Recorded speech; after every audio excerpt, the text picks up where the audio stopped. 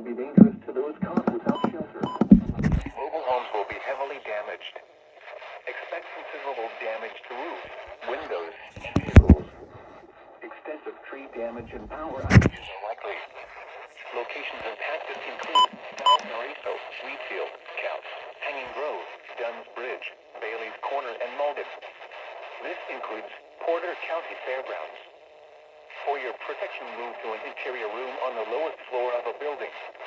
This is an extremely dangerous situation with tornado-like wind speeds expected. Mobile homes and high-profile vehicles are especially susceptible to winds of this magnitude and may be overturned. For your protection, move to an interior room on the lowest floor of a building.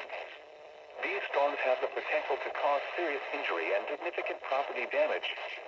Intense thunderstorm lines can produce brief tornadoes and widespread significant wind damage. Although a tornado is not immediately likely, it is best to move to an interior room on the lowest floor of a building. These storms may cause serious injury and significant property damage.